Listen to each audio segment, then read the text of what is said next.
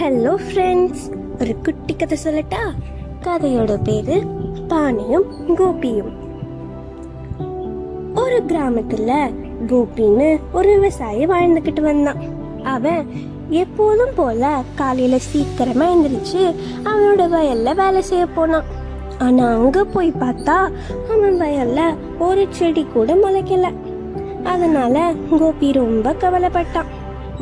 ஆனா வேற என்ன வழி, வேலை செஞ்சுதானே ஆகணும் அப்படின்னு சொல்லிட்டு அவன் கையில இருந்த கோடாரியை எடுத்து விதை போடுறதுக்காக ஒரு இடத்த தோண்ட ஆரம்பிச்சான். அப்படி தொடர்ந்து தோண்டிக்கிட்டே இருந்ததுனால அவன் ரொம்ப களைச்சு போயிட்டான். ஆனாலும் இன்னும் கொஞ்சோண்டு நேரம் வேலை செய்வோம் அப்படின்னு சொல்லிட்டு தொடர்ந்து அந்த இடத்த தோண்ட ஆரம்பிச்சான்.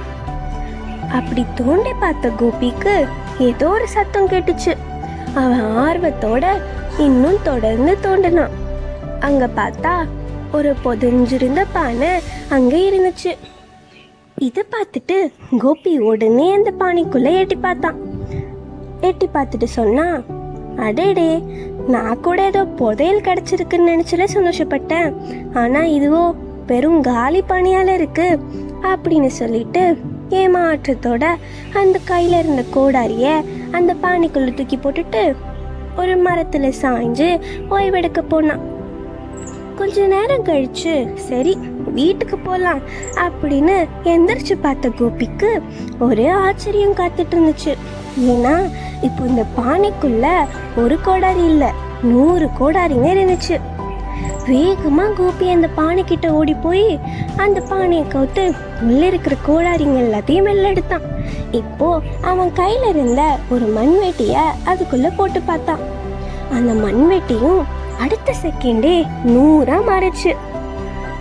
வேகமா அந்த பானையை தூக்கிக்கிட்டு கோபி வீட்டுக்கு வந்துட்டான். இப்போ டெஸ்ட் பண்ணி பார்க்கறதுக்காக அவன் கிட்ட இருந்த சின்ன சின்ன பொருட்களான முட்டை, பிரெட்டு, ஆப்பிள் இப்படி எல்லாத்தையும் அது உள்ள போட்டு போட்டு பார்த்தான். அவன் நினைச்ச மாதிரியே அந்த பானை ஒரு மந்திர பானை தான்னு தெரிஞ்சுது. இப்போ கோபி சொன்னா, அப்பாடா, இனிமே நான் அந்த வீணா போன வயல்ல வேலை செய்ய வேண்டியதே இல்லை.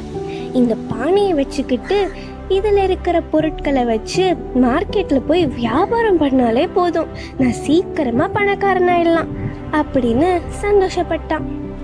அன்னையிலிருந்து தினமும் ஒரு பொருளை மார்க்கெட்ல போய் விற்க ஆரம்பிச்சான். சில நாள் துணிங்க, சில நாள் காய்கறிங்க, சில நாள் ஃப்ரூட்ஸ்னு இப்படி அவனோட வியாபாரமும் நல்லா தான் போய்கிட்டு இருந்துச்சு. ஆனா மற்ற கடைகளோட வியாபாரிங்க ரொம்ப பொறாம பிடிச்சவங்களா இருந்தாங்க. அதனால ஒரு சிப்பாய் கிட்ட போய் கம்ப்ளைண்ட் பண்ணாங்க. அந்த சிப்பாயும் என்னதான் நடக்குதுன்னு தெரிஞ்சுக்கிறதுக்காக அவன் வீட்டு வரைக்கும் பின்தொடர்ந்து போய் பார்த்தான். அன்னைக்கு பார்த்தா கோபி ஒரு கோழி குஞ்ச அந்த பானைக்குள்ள போட்டான். அடுத்த நிமிஷமே அந்த கோழி குஞ்சு 100ஆ மாறிடுச்சு. இதை பார்த்த சிப்பாய்க்கு ஒரே ஆச்சரியமா போயிடுச்சு. ஆனா இப்ப பிரச்சனை என்னன்னா, அந்த கோழி குஞ்சுங்க சும்மா இருக்காம வீடு முழுக்க ஓடி ஓடி போய் அட்டகாசம் பண்ண ஆரம்பிச்சிடுச்சு.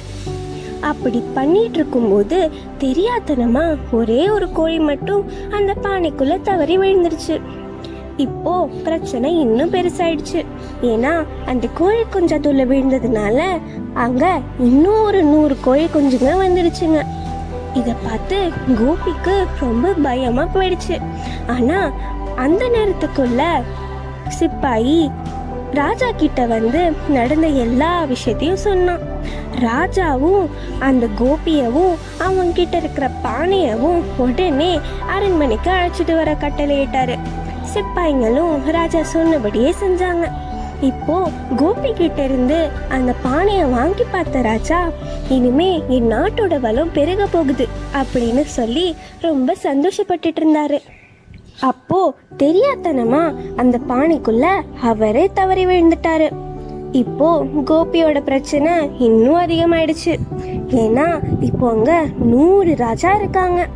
ஒரு ராஜா இன்னொரு ராஜா கிட்ட நான் தான் உண்மையான ராஜா, இல்ல நான் தான் உண்மையான ராஜா, எனக்கு தான் இந்த சிம்மாசனம் வேணும், இல்ல எனக்கு தான் இந்த சிம்மாசனம் வேணும்னு ஒருத்தர் மாத்தி ஒருத்தர் சண்டை போட்டுக்க ஆரம்பிச்சாங்க. இந்த பிரச்சனையை எப்படி தீர்க்கறதுன்னு தெரியாம கோபி வேகமா அந்த பானையை எடுத்துட்டு போய் ஒரு மலை உச்சியிலிருந்து கீழே போட்டான். அந்த பானையும் சுக்குநூறா உடைஞ்சிடுச்சு. இப்படி அவன் பண்ண அடுத்த செகண்டே அவன் வயல்ல முளைக்காத செடி எல்லாமே முளைச்சிச்சு. அப்போதான் கோபிக்கு புரிஞ்சுது, எப்பவுமே ஒருத்தரோட லக்கோ இல்லை இந்த மாதிரி மந்திரங்களோ நம்ம வாழ்க்கைக்கு ஒரு உயர்வை தராது. நாம நேர்மையா உழைச்சாதான் நம்ம வாழ்க்கையில வளர முடியும்னு புரிஞ்சுக்கிட்டான். See you in the next video. Bye bye.